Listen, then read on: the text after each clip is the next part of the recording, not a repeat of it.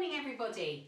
Happy Monday morning to you. I hope you all had a wonderful weekend, enjoyed the sunshine which has carried on, and are home safe and well and ready to start a new week of learning at home and learning at school.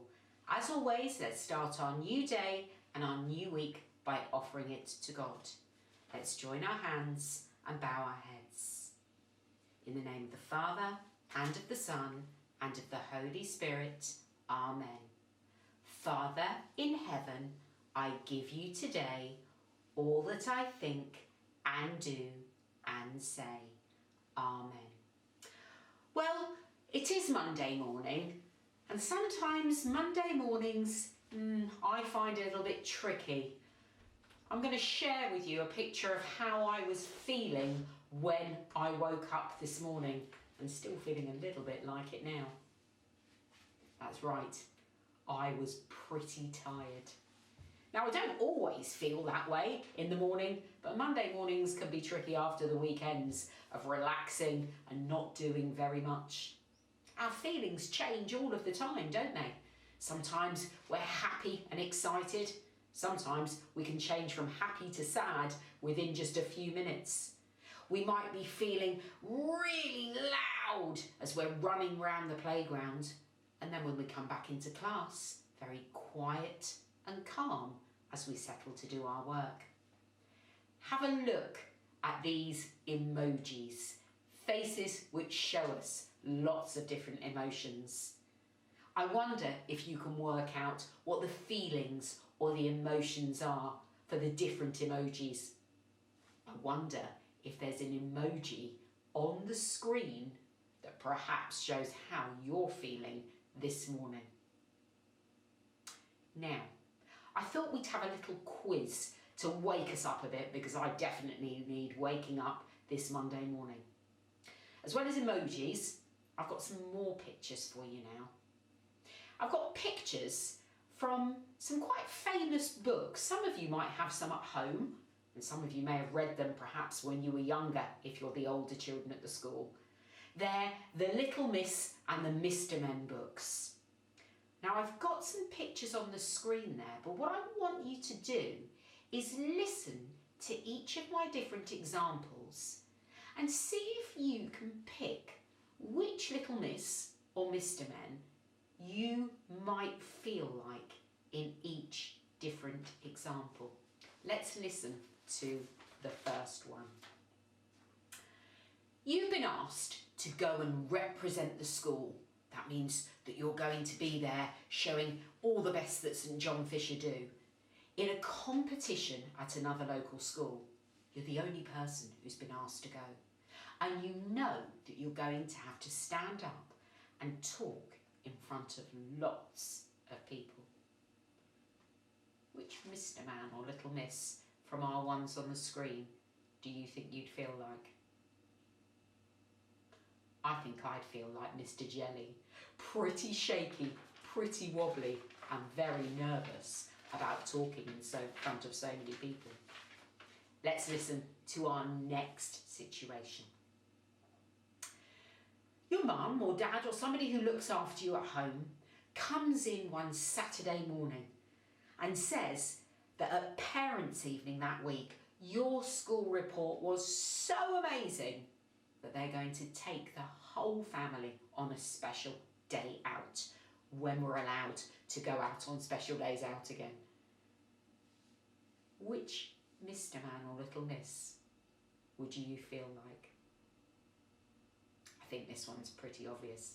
I think I'd feel like Mr. Happy. I'd be so excited at the thought of going out with all of my family for a special day. Now, what about my next one? It's really early in the morning. Perhaps maybe it's the morning of your birthday, or maybe it's even Christmas morning. And you decide you've had enough sleep. You rush into your mum's room or one of the grown-ups at home that looks after you, and you jump up and down on her bed, even though it's only 5 o'clock in the morning. How do you think she feels after you've done that? Yeah, I would feel this way. pretty Mr. Grumpy about that. I don't really want to be awake at 5 o'clock in the morning. Now, the next one. It's coming close to your birthday, and you've noticed that there's been a few deliveries of parcels to the house. But when you ask the adults, they won't tell you what they are. How might you feel about that? Well, if you're Miss-Curious, you're curious, you want to know. You're wondering what might be inside them. Well, this leaves one final Mr. Man and Miss on our slide. Perhaps this is one for the adults watching this morning. You get to work and you notice that somebody you work with is carrying flowers, somebody else has got a card, and you remember that today is one of your workmates' birthdays, or perhaps if you're at school, your friends' birthdays. Oops, how do you feel? Probably like Mr. Forgetful. So, we've thought about our feelings at different times. In yesterday's Gospel, we certainly heard a lot about different feelings from the disciples at the beginning of the Gospel, and I wonder how they changed by the end of the Gospel reading. Let's listen to the Gospel reading now. After Jesus had been crucified, 2 of his disciples were on the way to a village called Emmaus. They were feeling sad and talking together about all that had happened and how some women had seen a vision of angels who declared that Jesus was alive. Then, as they were talking, Jesus came and walked by their side and talked to them about the scriptures, all that had been written. But something prevented them from recognising him. They didn't realise it was Jesus walking with him. As evening approached, the disciples begged Jesus to stay with them for supper. It was when Jesus took the bread, broke it, blessed it, and gave it to them that their eyes were opened and they recognised him. But then he vanished from their sight. Then they said to each other, "Did not our hearts burn within us when he talked to us on the road and explained the scriptures to us?" Filled with joy, they set out immediately and returned to their friends to tell them all that had happened and how they had recognised Jesus at the breaking of the bread. So here's a question. What changed about the feelings of those disciples from the beginning of the Gospel reading, on the road, just the 2 of them, to the very end? Well, I think one of the biggest changes is that at the beginning of the Gospel, they were worried, frightened, scared, and probably very disappointed and frustrated that their great friend Jesus had disappeared. And then, of course, he walked with them. He talked about the scriptures, what is written, and what had been said about Jesus coming back to them. By the end, when they recognised Jesus with the breaking of the bread at supper, their feelings had definitely changed. Perhaps to these feelings: happiness. Happiness and joy and excitement. So much that they had to rush and tell the rest of their friends. Now, the disciples had excitement of meeting Jesus. But I wonder, what can this tell us about when we meet Jesus? Let's think now of times that we meet Jesus. When they were on the road, Jesus talked to disciples about the scriptures. And of course, when we're at Mass or in assemblies, when we listen to the Gospel, we are meeting Jesus then. hearing stories of his life, his work and his teachings, not just to the disciples, but to all that he met. Can you think of another time that we meet Jesus in the Mass? That's right, it's in the Eucharist. We heard about Jesus breaking and blessing the bread, and when we go to Mass and we watch as the priest blesses the bread and breaks it, we're meeting Jesus once again in the Eucharist, and that fills us with joy and with hope. So, we've had a wonderful gospel reading, and we've thought about our feelings, and we know that the Mass, where we meet Jesus in the Eucharist and the Scriptures, is a time for us to come together. So this morning, let's sing a hymn that brings us all together.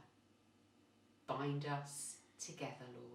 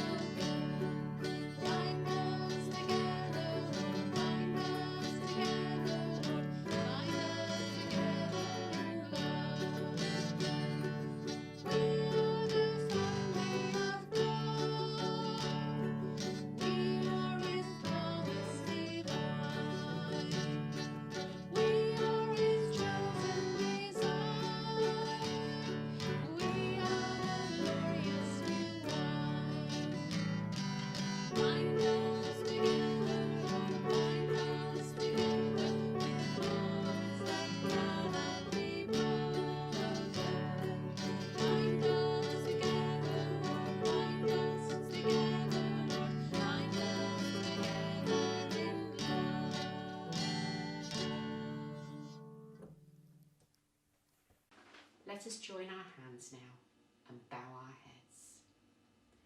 Dear Lord Jesus, thank you for meeting with us and filling us with your joy. Help me to bring joy and happiness to all those that I meet and live by the example you have set me. When I listen to God's word, I know you are with me. In the name of the Father, and of the Son, and the Holy Spirit. Amen. Now, it's Monday, so it's time to set our next Building Better Learning Challenge. Who are going to be our gold, silver and bronze winners this week? Now, last week you sent in so much detail about all your new skills, and don't forget, I want you to keep practicing those skills all the time, not just in the week that you learn them. But this week's challenge is a little bit different. Whilst we're all having to stay at home and stay safe, it can sometimes be difficult to remember to always be kind often without being reminded to. So, this week, your Building Better Learning Challenge is showing acts of kindness to others. Now, some of you have already told me that you've been being very kind by helping at home, helping younger brothers and sisters with their learning at home. But I wonder, what other ways can you find this week? Perhaps without needing to be asked to show kindness to others.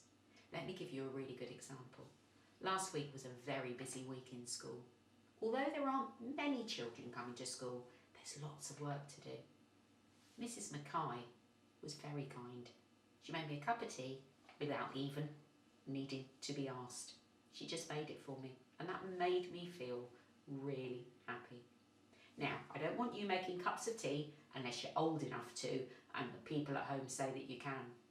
But what ways can you find to show kindness without even needing to be asked?